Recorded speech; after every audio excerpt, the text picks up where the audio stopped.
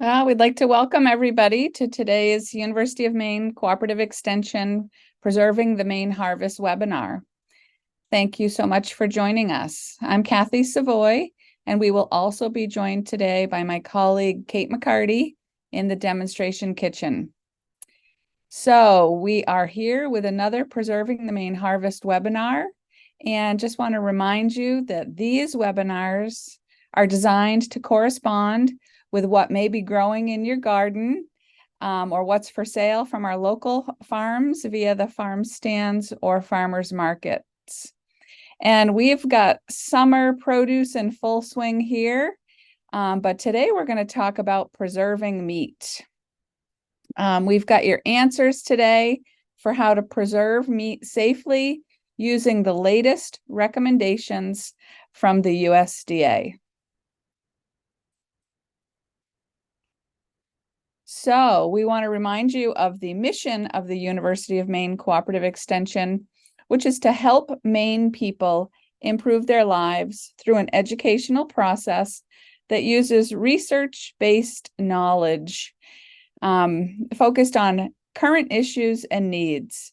Our educational programs include many: agriculture, horticulture, including the very popular Master Gardener program.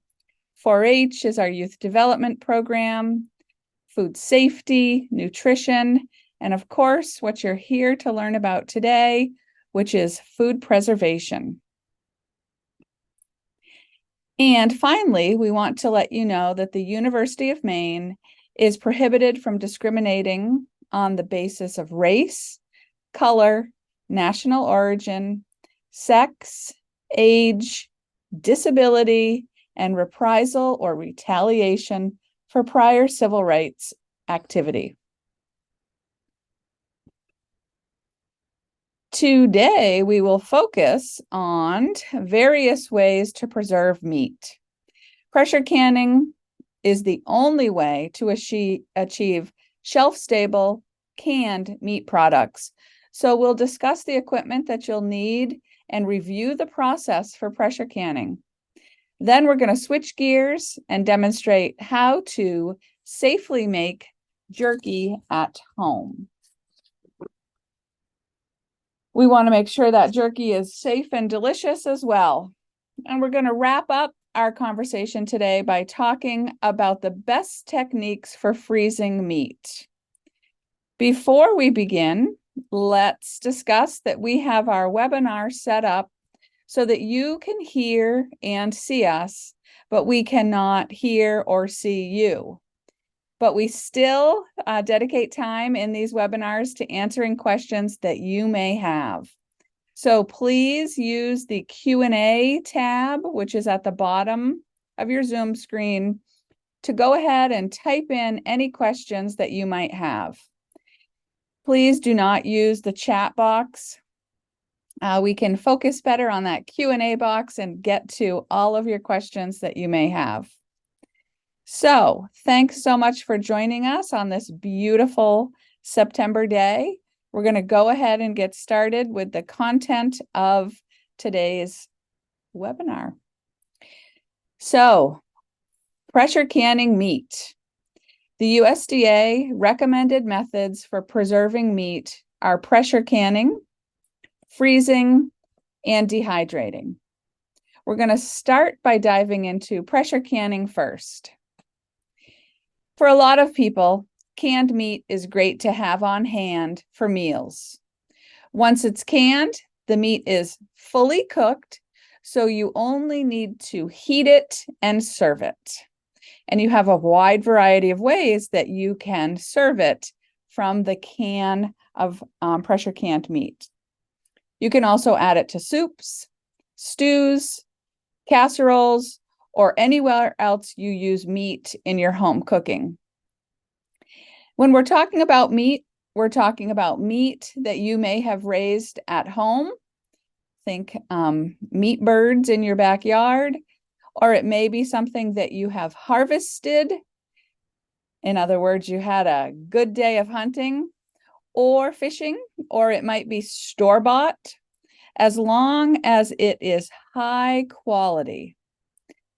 You can can beef, chicken, pork, lamb, let's not forget venison, bear, rabbit, and they can be canned in strips, cubes, chunks, or even ground. You may choose when you're pressure canning to hot pack it or raw pack your product. But we like to recommend you use the hot pack method, which involves adding liquid to the jars. We feel that this will ultimately result in a higher quality product to use in your home kitchen. So let's also discuss the very important concept of pH when we're talking about canning. In terms of some of the basic things you need to know when canning meat, we want to start with talking about the pH. Meat is one of our low acid foods. That means it has a pH of above 4.6. And when we create a vacuum seal through the canning process, canned meat is vulnerable to developing the C. botulinum toxin unless it is thoroughly heat treated. And that, my friends, is where the importance of using a pressure canner comes in. Because pressure canners use steam in a sealed container, a sealed chamber, if you will, to create high temperatures that can destroy any spoilage organisms, including the C. botulinum that may be inside of your canning jars or maybe, on your meat or something like that. Together, the steam that is under pressure allows us to heat that food to 240 degrees Fahrenheit and up, much hotter than boiling water. So it is, in fact, these very high temperatures, remember we said 240 or above, that allow us to safely preserve foods like our low acid foods, including vegetables, including meat.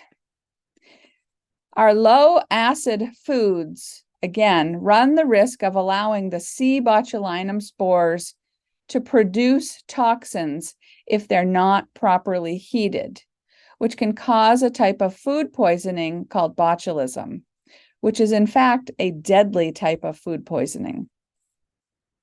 The high temperatures inside the pressure canner destroy these C. botulinum spores in your jars and create that vacuum seal, which together are what make your canned low acid foods safe for the long-term storage.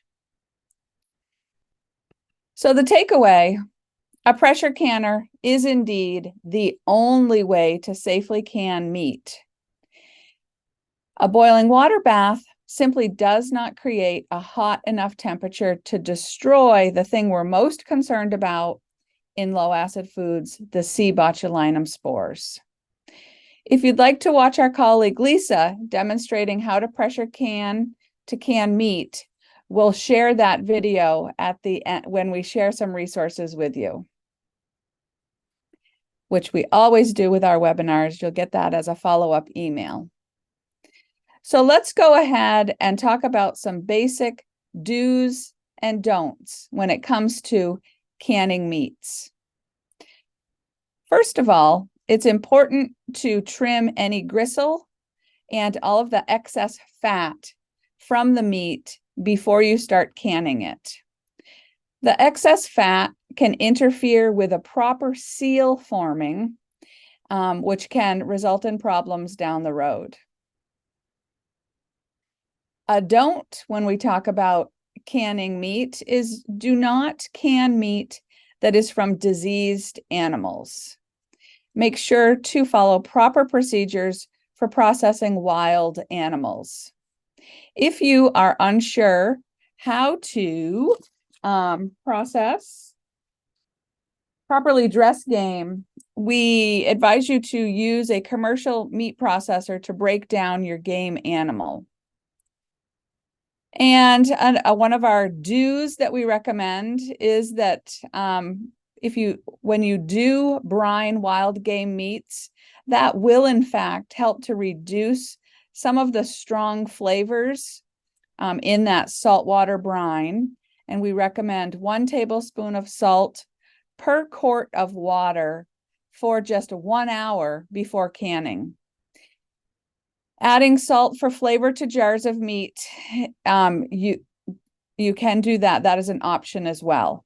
So again, this recommended brining step is going to help remove some of those gamey flavors that you might want to get rid of when we are canning wild game. So let's see. Don't leave meat in the refrigerator for more than just a few days before canning. That ultimately is going to lend itself to reducing the quality of the meat. So instead, we recommend that you freeze your meat at 0 degrees Fahrenheit or lower until it's time to can it. A very important thing in all types of home canning is that you adjust for altitude, and you need to add extra time as needed for your altitude above sea level.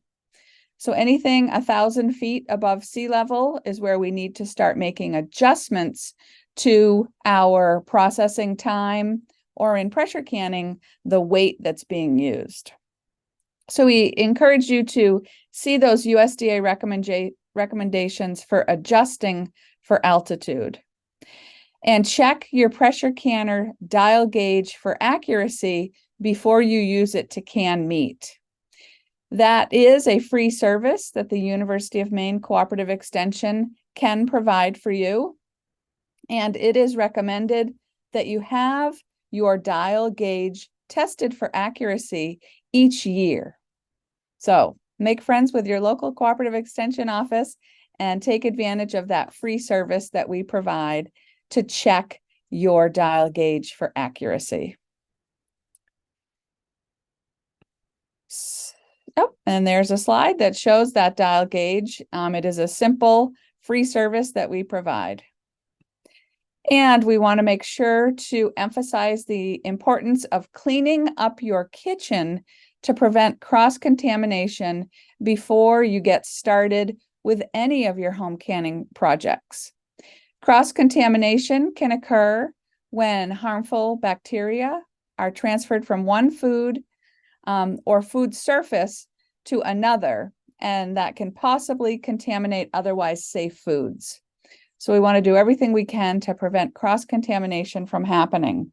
When we're talking about canning meat, one of the bigger concerns is the opportunity for cross-contamination from cutting boards. So remember that your cutting board should be cleaned and also sanitized before you use it for cutting meat, and then after as well, to prevent cross-contamination. And on our slide, you can see we have a simple formula for how you can make your own sanitizing solution at home.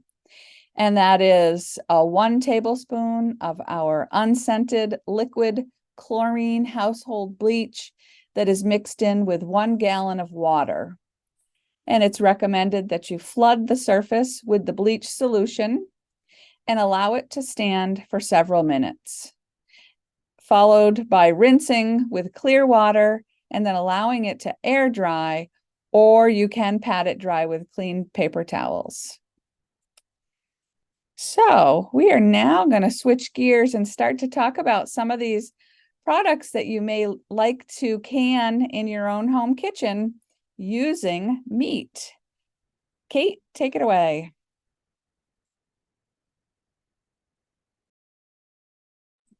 There we go. Been doing these for 3 years now and still talking without unmuting.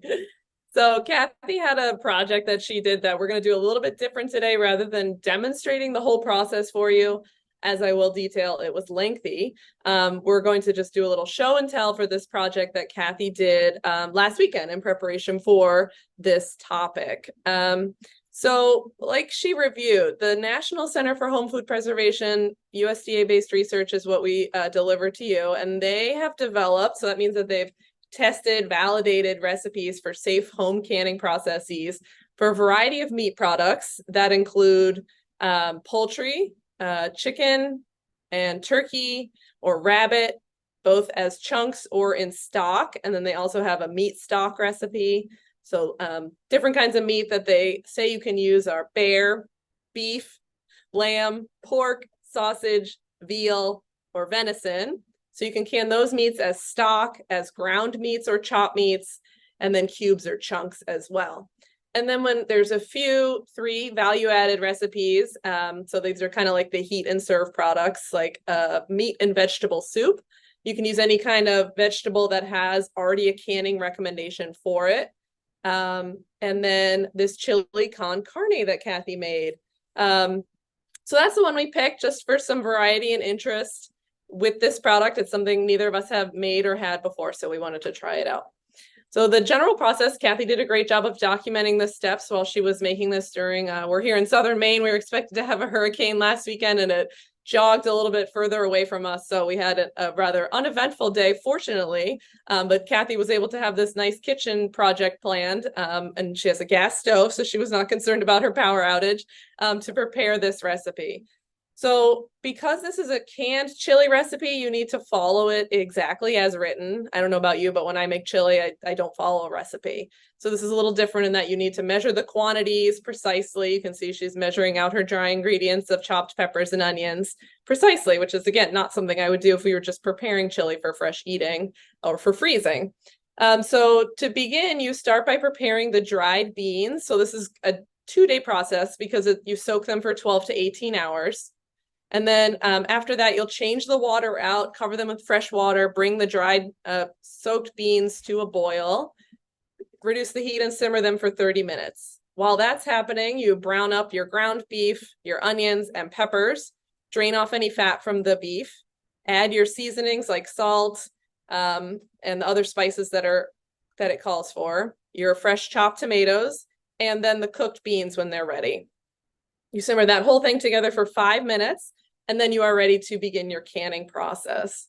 So at this point, you fill the jars. Kathy's, the recipe calls for pint jars. So Kathy used a wide mouth pint jar. And what did you get? 2, 4, 6, 8 fit in the canner. She said there was about a quart of chili left over as well, which then she was just able to eat fresh that weekend.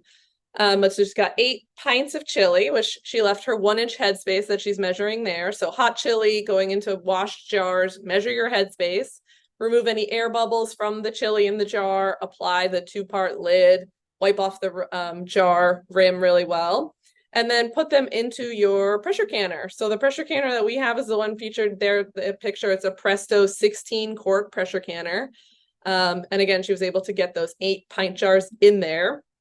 You fill it with 3 quarts of water, bring that water to a boil, situate your 8 filled jars in there, apply the lid, let the canner vent for 10 minutes. And if you're like, oh gosh, this is a lot, it's all according to the instruction manual that comes with your canner. So make sure that you're familiar with this, hang on to it, refer to it each time you're pressure canning, and follow the instructions that your model calls for. So this is, again, our model's instructions. They're all pretty similar overall.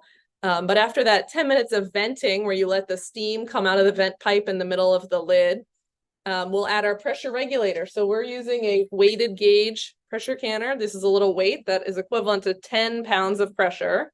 So you apply that. And when it comes to a jiggle for this chili recipe, you can it for 75 minutes. Yep, 75 minutes at either 10 pounds or 11 pounds of pressure, whether you're using a weighted gauge or a dial gauge. So again, if you would like to see all of that in a webinar format, we have past ones that we have done the actual demo of pressure canning, and I'll send those out in the email that I follow up with you. So I asked Kathy for her feedback around how she felt about this product, both the flavor and the experience of it. She did feel like it was a fair amount of work. Again, it was a 2-day process, which is not, chili doesn't usually take that long to prepare. But at the end of the day, you have a shelf-stable product. So you've got canned chili, which might be appealing to you. And then once it's canned, it doesn't require any energy to store like your freezer would. And it's just heat and serve. So it's ready to go. Because the recommendation is only for pints, you might find, like Kathy did, that's kind of limiting for her household preferences and size. Like it's only, I think we pointed out, we're like, it's 2 cups of chili. That's like barely enough for me and my husband to enjoy as a meal. So we might end up opening 2 jars of chili. So that depends on your personal preference, of course. But she did say that it was tasty, had good flavor, and that they enjoyed the process. She enjoyed the process of making it. Probably not something that either one of us will make again, but we definitely enjoyed the experience of now checking chili con carne off our list of things that we have canned. All right, so that's my show and tell for the chili. Kathy's gonna tell you a little bit about jerky, and I'm gonna switch to a jerky demo. So I'll see you back here in a little bit for that. Great. Thanks, Kate. Kate mentioned that, the 2-cup volume is pretty small, particularly if you're feeding a family that's larger than 2 people.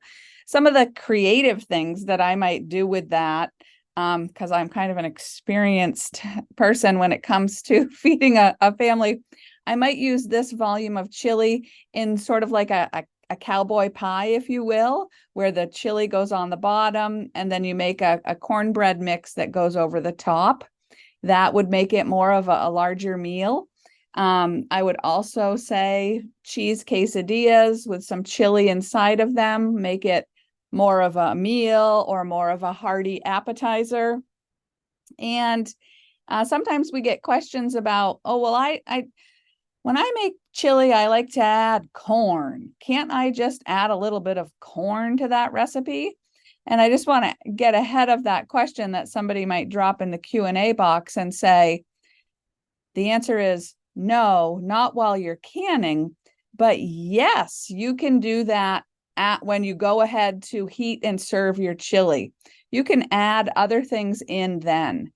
And same thing with tweaking the seasoning. If you wanted to tweak the seasoning, you could do that again towards the end, like after you've canned it, after you've had it on the shelf, and then you go to use it. You can change it up then. So again, you do have some versatility for using this product. So I'm going to jump in and start talking now about our dehydrating meat safely information. And again, just a reminder, if you do have questions, please use the Q&A box. So dried jerky, always a fan favorite, right? People love to have some dried meat products, great snacks, loaded with protein, keeps you satisfied for a long period of time. Jerky is in fact dehydrated meat strips. It's a great product to make at home. It is less expensive than store-bought versions, and you can also control the ingredients that you add. You can make your own marinades, from spicy black pepper to sweet teriyaki. And just want to make sure that we remind you that there are, in fact, some food safety concerns with dehydrating meat. Namely, making sure that you have the meat to a proper temperature to kill any pathogens.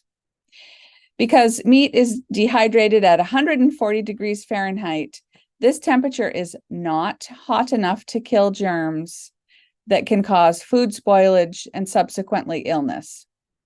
So in terms of making beef jerky, we want to emphasize that there is, in fact, an extra step that is needed to ensure the safety of your homemade jerky. This can be done several ways. By either baking or broiling the meat before drying, or baking it after it's been dried. So again, those are both examples of an extra application of heat that is a very important food safety step in making any type of jerky. Heating the meat to an internal temperature of 160 degrees Fahrenheit will in fact reduce the risk that your beef jerky will spoil or that you might get sick from eating your homemade jerky. So it looks like Kate has done a little magic in the kitchen and is now ready to demonstrate preparing beef for drying. So we're going to stop sharing and bring Kate up so you can all see her in the kitchen. There Hi. she is. Hi, thanks.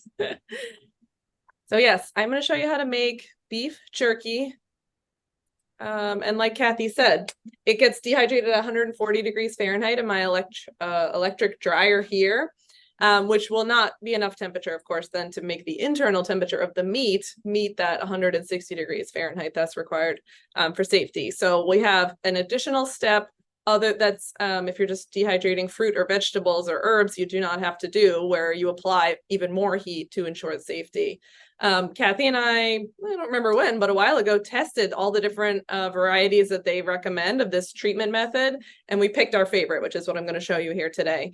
So the first method that they recommend is to boil it in the marinade beforehand, and we just found that boiling the meat just changed the texture and the flavor of it. I mean, it's like fully cooked at that point, because you boil it for 1 minute in the marinade before you put it out on the trays to dry it.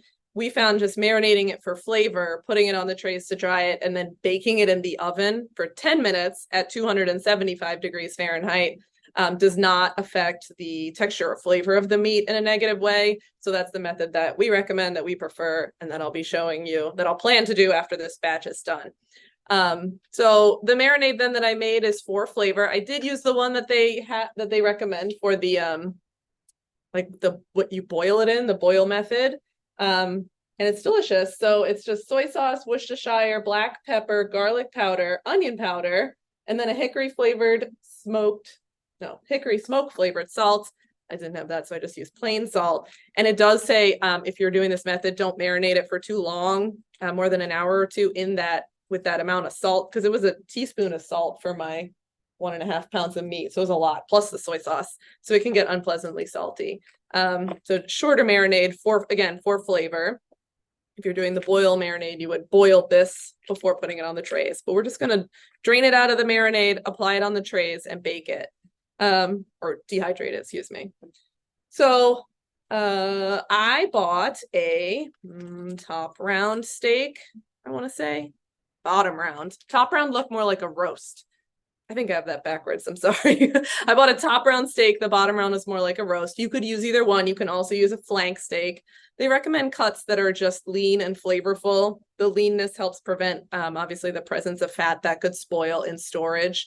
And then those cuts typically require marinating because they are tougher. So that works well for this application, where you're marinating it and drying it, and you like a little chew on it.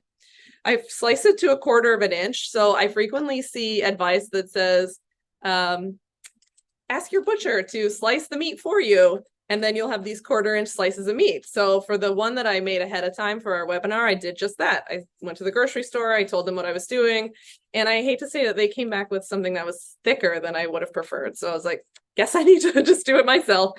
So I dehydrated that first batch. It did fine. It just took a little longer. But this batch, I just froze it for about half an hour in the freezer. And then I have a nice sharp knife, and I found it's sliced really thinly, really easily. So freezing it for just 30 minutes is the key to get it firm up so you can slice it thin. So I did a better job than the butcher at the grocery store. I like to have control over my food. What can I say? I'm picky like that. So I sliced it up, marinated it. It's really thin. So this is going to go quick, which is good. It'll mean it might just be like a crunchier jerky. And then you just spread it out on your tray. Can you see my camera view so you can see on the tray here. I'm using this electric dehydrator with the round trays and a little screen on it. Screen's not really necessary, but sometimes the little pieces curl up and get stuck on the rack that has the larger openings in it. The only thing you need to know here is you don't want these pieces to be overlapping, because that would prevent them from drying or promote uneven dryingness. Uneven drying. So the first batch, like I said, was thicker cut, and it was about 10 hours in the dryer. I feel like I've had batches dry in as few as 4 hours. The National Center for Home Food Preservation says it can take between 6 and 12 hours. But again, that's all just depends on the thickness. And you're like, if you don't have a dryer at home, you can do this in your oven. They just recommend that you put it on baking sheets and prop open the door of the oven, turn the oven on as low as it'll go. And then put a fan so that it's blowing across the opening of the oven. This sounds kind of involved, but what that's doing is providing the circulating air and a low temperature and also moving away that moist air so that your food can dry and rather than cook. So if you put it in a hot oven, it's just going to bake, and we're looking for a 140 to get that lower temperature of dehydration to evaporate the moisture from the food. Okay, so for our purposes, I'll just demonstrate one tray because I have a little bit more meat, but I will fill it on my own time. And I'm just wearing gloves because I like to, you don't have to wear gloves unless that's preferable to you. I'll wash my hands to avoid cross-contamination.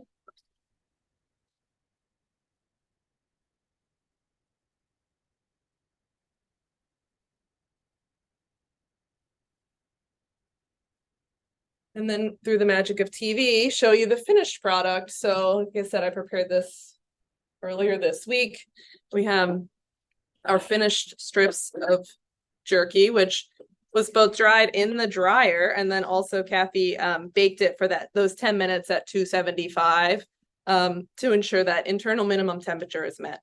So this jerky is done when it bends but doesn't crack. This is breaking, so maybe it's a little overdone, but that's fine. Personally would prefer over than under. And all that means is like it's going to be maybe crispier than it needs to be. You want it to be like chewy without being like crunchy, but that's kind of a matter of personal preference. It's very thick. That's my chief complaint, but it's good. It's got good flavor. It's very chewy and not too salty. So now, it's very chewy. I'm sorry, I'm regretting eating this on camera. Now that it's done, we're going to package it up in our airtight container here, our zip top plastic bag, where it's good to store at room temperature for only 1 to 2 weeks. So this is a short-term storage at room temp, or you can refrigerate it or freeze it for longer term storage. Phew. So with my zip top bag, like all zip top bags, when you're using them for freezing or drying or dried products, you just squeeze it, hold up till it's mostly closed, smush all the air out of it as best you can to help preserve that quality of the dried product. And of course, label and date it, beef jerky 9/21/23. There you go. Voila, beef jerky. And I'll get this other batch finished up and drying in my dryer at 140 degrees Fahrenheit.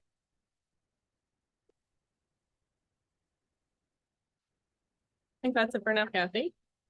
Back to you. All right. Thank you, Kate.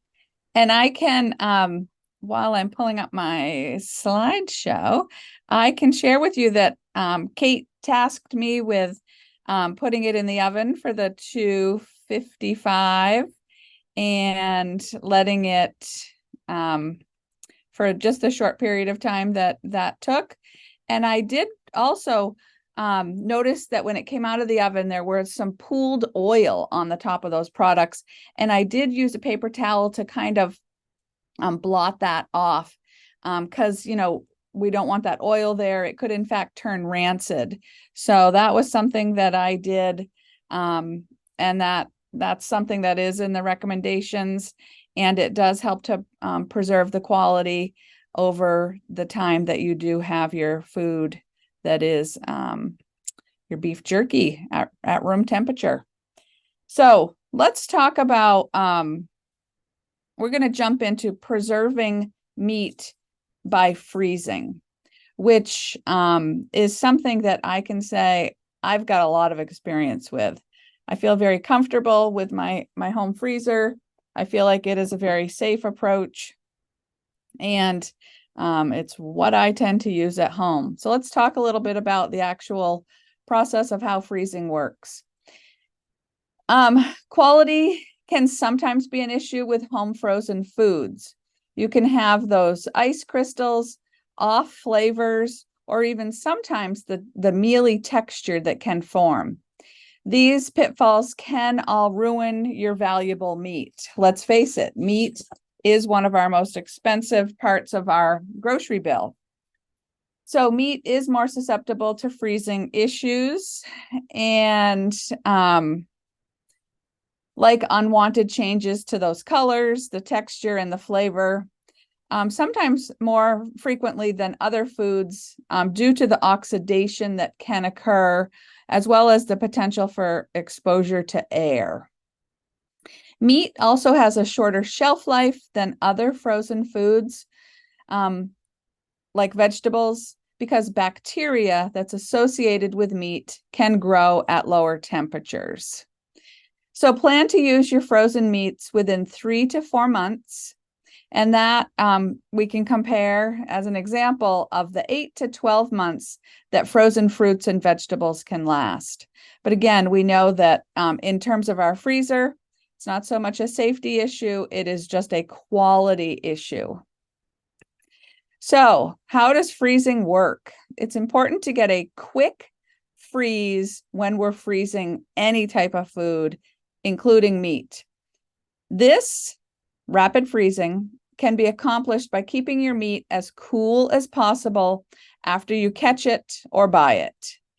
A quick freeze means that the ice crystals that are inside the meat will form smaller crystals and help to keep the cell wall more intact. When you have a very long and slow freeze, what happens is larger ice crystals form. And these larger ice crystals will rupture the cell walls, and ultimately they affect the texture of your final product. So this is especially important if you are harvesting meat yourself. So fresh slaughtered meat carcasses or primal cuts, remember that they need to be cooled to 40 degrees or below within 24 hours before they get put in the freezer. And this will help to prevent souring or spoiling. Another very important element of using your home freezer is to remember that proper packaging that you use can help to avoid freezer burn on your frozen meat. Freezer burn is that damage to frozen foods that occurs when they are exposed to dry freezer air. What happens is when you have this type of exposure, it's causing dehydration as well as oxidation, which ultimately affects the color, the texture, and also the flavor of your frozen foods.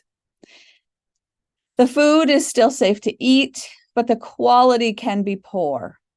So it's really important to remember to use what we refer to and what are shown here in this slide, which are the moisture as well as vapor-proof types of packaging materials that are meant for the freezer and will ultimately help to avoid this unpleasant result. So we've got a question in the Q&A box. So let's go ahead and see what that is and invite others to add their questions as well. So the question is, sticking to the tray, an issue with jerky. Should we spray the tray first or not worry about it? So I noticed Kate in the kitchen had one of those screens on her tray. And my experience with making jerky is that because of the oils that are always going to be in any type of meat, you don't tend to have sticking as an issue. It's not like a fruit that has that naturally occurring fructose, which is the sugar in the fruit that just continues to get stickier and stickier as it dries out. So Kate, did you have anything to add to my answer to that question? Yeah, I was gonna second that, and that I do see extension publications that about drying that say you can slightly spray your trays with a, like a can of spray oil or rub it with a paper towel to prevent it. I have not had it stick. but you could do that. You would just end up having to blot that oil off because again, we're trying to reduce that before storage. So I don't think it's necessary, but they do recommend that as an option if you are concerned about it. Great. And then another question in the Q&A box is, do these techniques vary at all for red meat, beef, to white meat, example, chicken? And what are the thoughts on these techniques for preserving fish?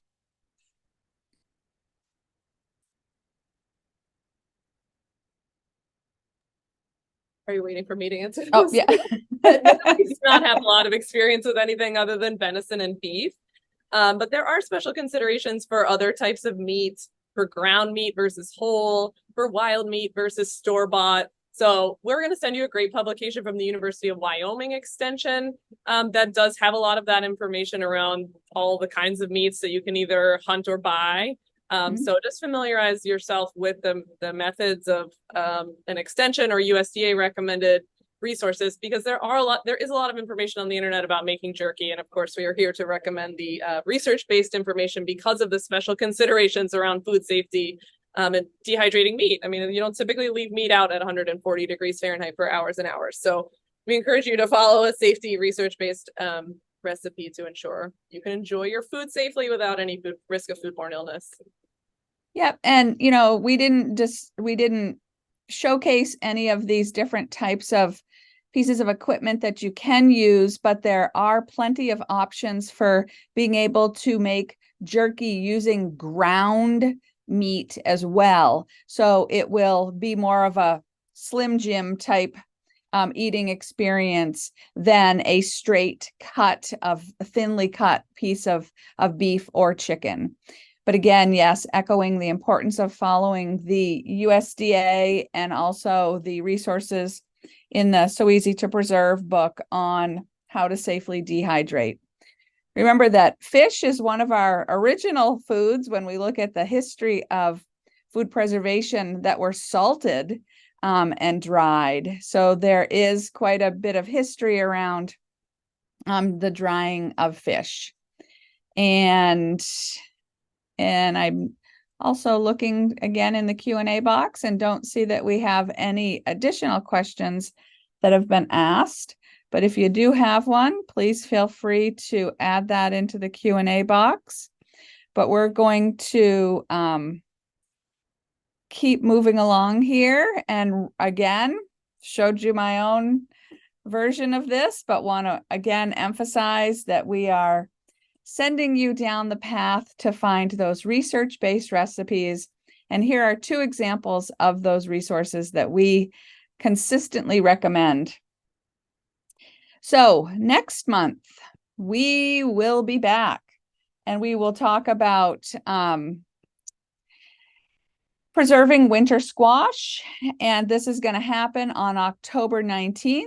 And we invite you to also stay tuned for future webinar topics. And before we close off for today, I want to talk about what are the resources that you will be getting from us as a follow-up to this webinar.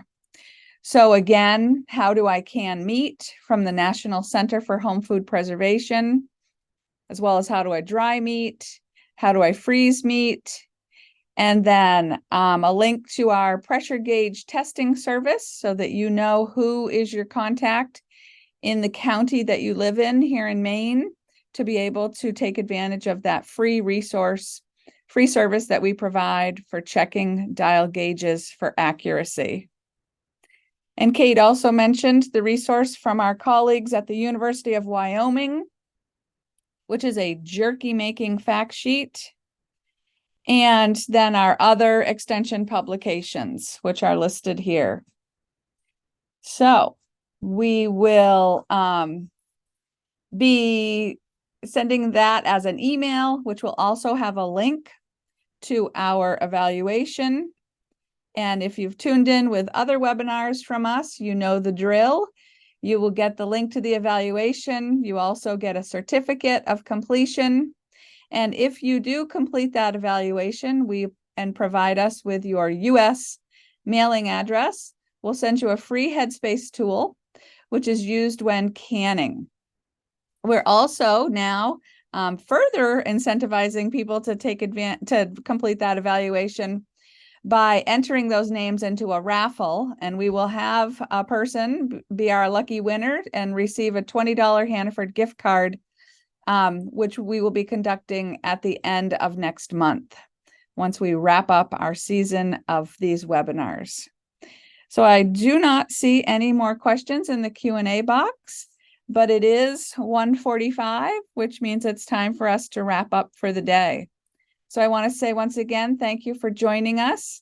And from the kitchen, we'll have Kate. Any last words? Nope. Bye, everyone. Thank you so All much. right. Thanks, everyone, again for joining us. Enjoy the beautiful fall weather we're having.